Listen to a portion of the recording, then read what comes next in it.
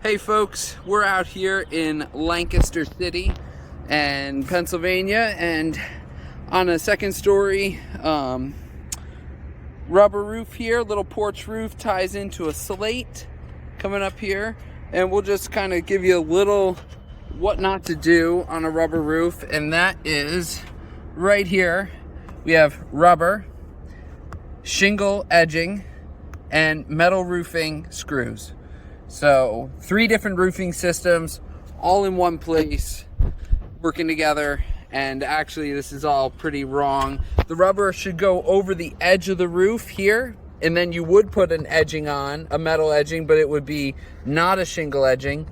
And then you would then screw that down, but with a screw that's would be more flush, not one that stands up like this metal one here. And then this would get an actual rubber tape that would go over and tape the edging system down to the roof here to seal it. And as you can see, stuff's starting to pucker up, and that's just catching water as it's coming down the roof here.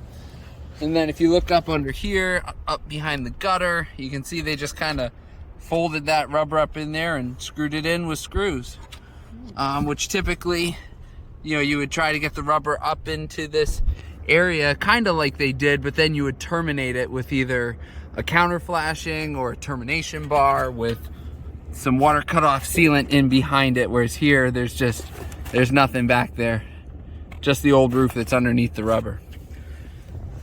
So there's just some of the stuff we find out here in the field.